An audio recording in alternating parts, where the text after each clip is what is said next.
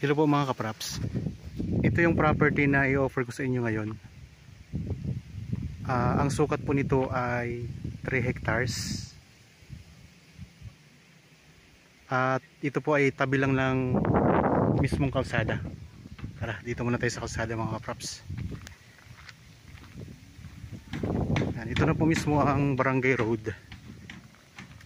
So pag diniretso natin yan, marami pa diyang mga barangay. At ito natatagpuan natin sa bayan ng Cavinti, Laguna. Ito naman po, ang direksyon na to ay papunta sa highway. Pag tayo po ay kakaliwa, pag nasa highway na tayo, papunta yan sa town proper ng Cavinti.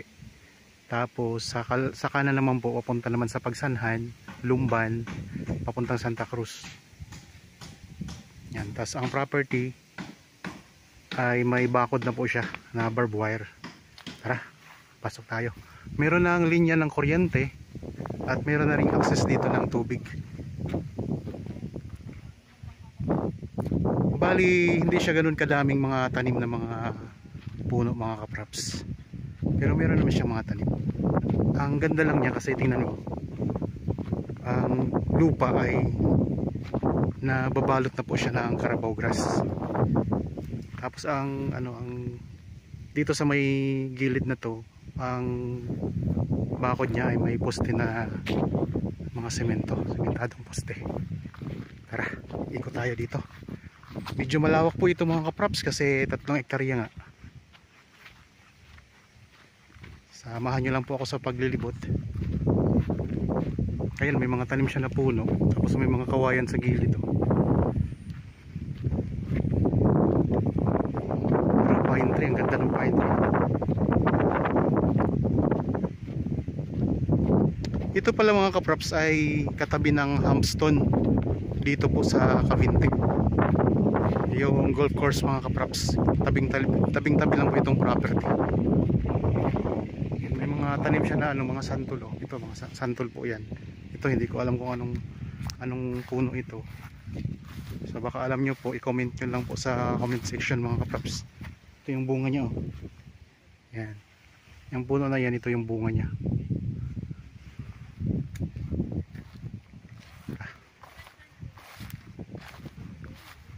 Meron siyang meron ditong kubo sa loob. Yan. Tapos ito yung puno ng pine tree.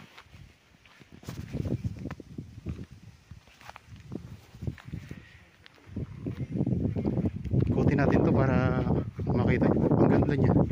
Ang aliwalas ng klima dito mga kapraps. Hindi ganun kadaming puno. Maaliwalas siya. Ito yung santol na isa pang puno ng santol. 2 puno ng santol na nakikita ko ngayon. Tapos meron din siyang puno na langka. Meron pa pala dito ang puno ng santol.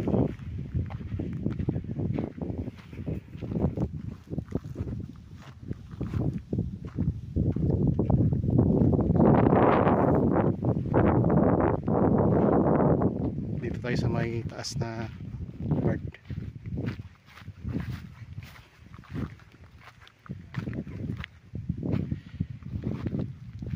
Meron tayo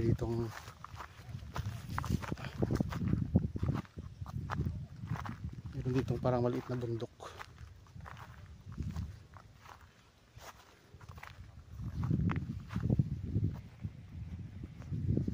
Ano yan dyan?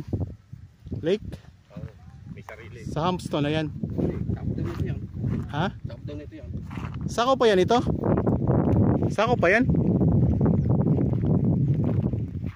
Sako pa ito?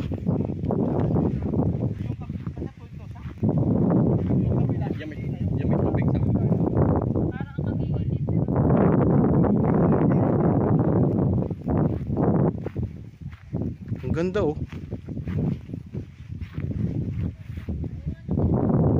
Saan ang lusot ng tubig na yan kuya? Saan ang lusot ng tubig? Istak lang yan dyan? Istak lang yan dyan? Hindi mga nilulusot pa yan dyan. Kasi hindi talaga sapol talaga yan. Ganda Yan dito sa dalam yan. Tumatagas yan dyan. Kupal yan. Yun yung Hampstone. Yun ang Hampstone mga kapraps. Mga natabunan na yung iba yung lake dyan ay yung mga pang ano. Ibig sabihin may lake talaga siya. Oo. Maliit na lake. Ang ganda. Ayan po, dati niya. Ganda ito gawin subdivision. Mga kapos, ang ganda nito. Ha? Ikot ko lang ang camera. So yun yung pinakadulo sa likuran. Tapos meron siyang maliit na lake mga kaprops. Tingnan nyo. Ang boundary nito hanggang doon sa gilid, sa likod. Ang boundary nito, yun. Yung pinakadulo. Hindi, yun yung boundary. Yung tubig.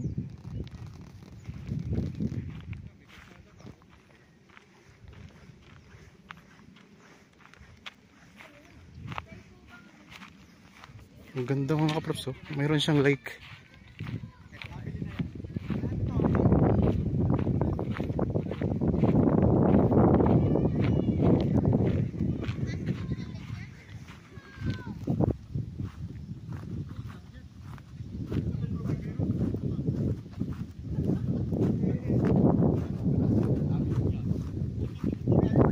Okay, sa mga interested po sa property, kontakin nyo lang po kami sa mga contact details na nandyan sa inyong mga screen. Mayroon tayong Viber, cellphone number, Facebook Messenger at saka WhatsApp mga kaprops. Yan, ito yung pinaka boundary nya, itong lake na to. Yan, may tanim, may puno din ng ipilipil.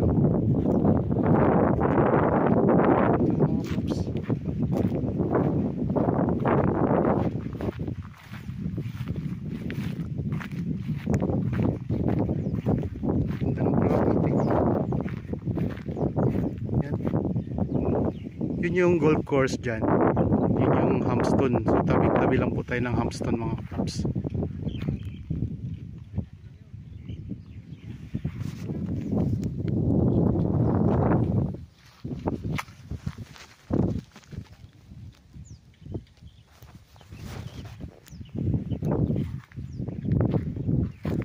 Tabi ng isang maliit na lake.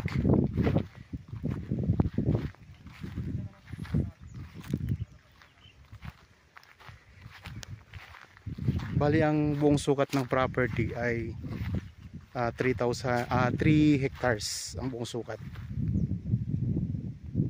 Diyan may mga, sa part na yan may mga puno ng, may mga tanim ng mga puno.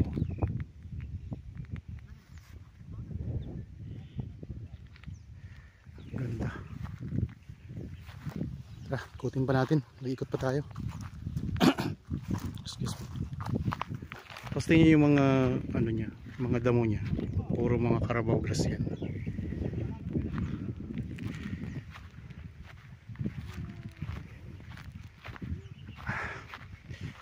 Mapapagod tayo mga kaprap sa kakaikot nito.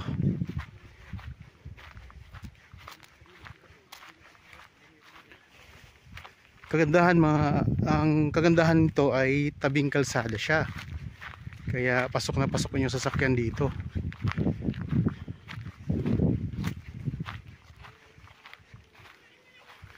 Ito yung pinaka boundary. Pag ganun, akyat. Akyat naman tayo dito. Yan, medyo dito ay medyo may pa-slope. Ito pa-slope to na part. Pagdating natin sa taas, bibidyohan natin, ikot natin ang camera mamaya pag sa taas tayo.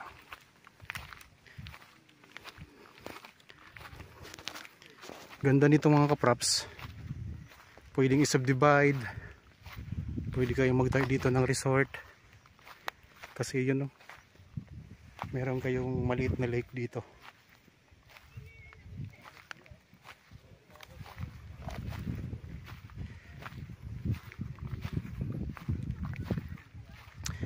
Tapos ang ganda niya kasi may mga mountain view sa palibot. Ayan, oh. Tanungan natin yung Mount Banahaw, eh. Ikot ko lang ang camera.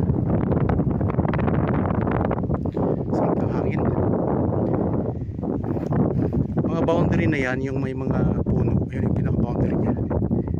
So simula doon, ayun ang kalsada, doon tayo galing kanina. Tapos pag ganun, yung mga boundary, ayan, may linya na ng kuryente at saka tubig ito mga kaprops. Yung mga boundary niya yung tinuturo ko. Ayan yung boundary ng property.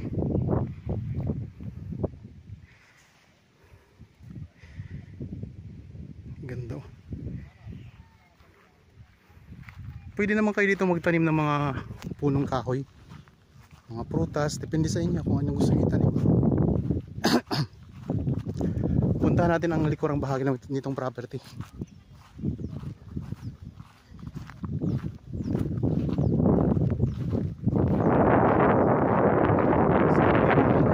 Makaka-relax dito mga kaprops. Lalo pag nakita nyo yun, oh, yung golf course, ganda ng tanawin. Tapos may mga mountain views, paikot yan, mga mountain views yan mga kaprops. Ayun, oh. Yan mga mountain view. Dito pa lang sa loob ng lupa, ang ganda na. Pwede kayo magtayo dito ng rest house. Kaliwalas ng klima. Kahit walang masyadong puno, malamig po dito sa sa Cavinti.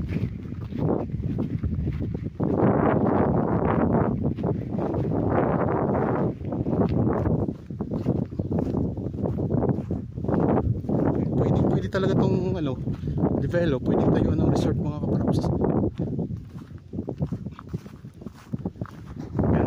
Yan na rin ang pinaka boundary niya dito sa likod. Dito ang ganda din ng tanawin dito, may mga farm tayo nakatabi.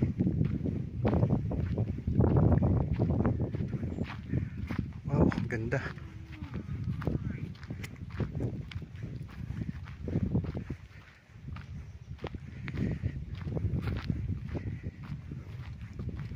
Tayo doon sa dulang boundary, sa gilid naman tayo. May ilaga ditong kalabaw.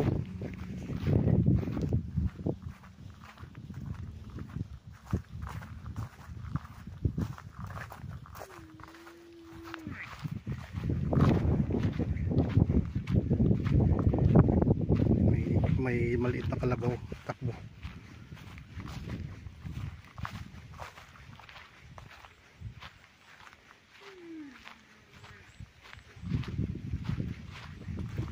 Hindi tayo lalapit dyan, wala palang tali, baka makahabol pa tayo. Dito tayo sa may gilid banda. So inikot ko lang po ang boundary mga props itong property.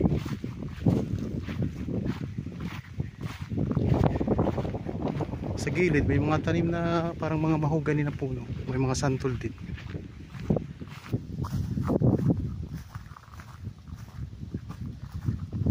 Yung pinaka-boundary niya. Tingnan nyo, kinuha lang siya ng mga Carabao grass. May mga kumuha siguro dito para itanim.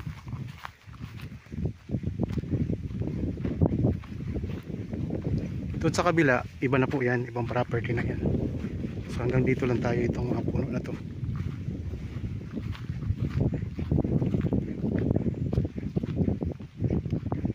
Yan. Ito yung boundary niya. Ganda mga kaprops. Lalo na pag nakita nyo ito ng personal, ang ganda dito. Tapos nandyan sa gitna yung rest house ninyo, nakatayo dyan sa may bandang puno. Best, ganda.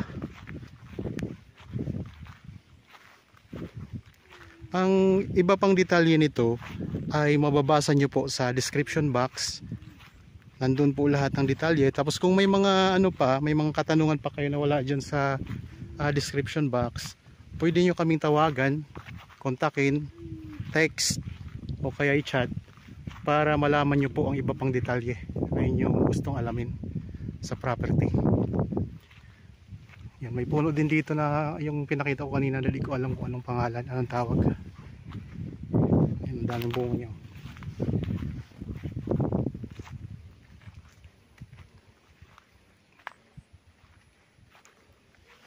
May mga bata na naglalaro mga kapraps. Ulitin ko lang po, ang sukat ng property na ito ay 3 hectares. Tabingin lang kalsada, malapit lang po sa highway, nasa 2 minutes travel time lang. Ang layo po nito sa bayan ng Cavite, sa town proper, ay nasa 20 minutes travel time, 15 to 20 minutes travel time. Tapos po, ito'y malapit na lang din po sa Lumot Lake at saka Caliraya Lake. Bali, mayroong maliit na lake ang katabi ng property.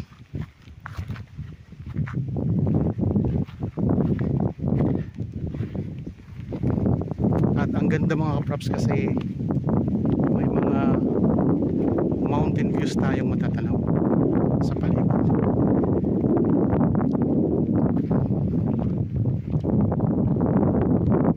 Yan ang lake.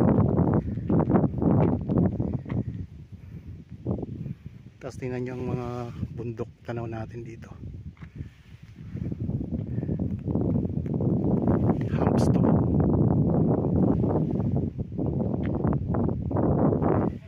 Ganda mga kapaps.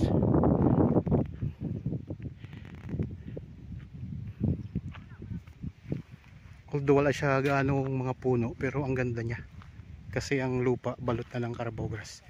Tapos yan lang po ang barangay road. Yung pinakaharapan ng property. Ito yung right side, may lake. Tapos ito naman po ang left side mga kapraps, may mga puno na boundary. Okay, sana nagustuhan nyo po ang property na in-offer ko sa inyo ngayon. Sa mga bago pa lang po sa aking channel at napadaan lang po dito sa aking channel, huwag nyo pong kalimutang mag-subscribe at pindutin na rin po ang notification bell para maging updated kayo sa mga bagong property na i-offer namin. Maraming salamat po, lagi tayong mag-iingat at God bless po sa ating lahat mga kapraps.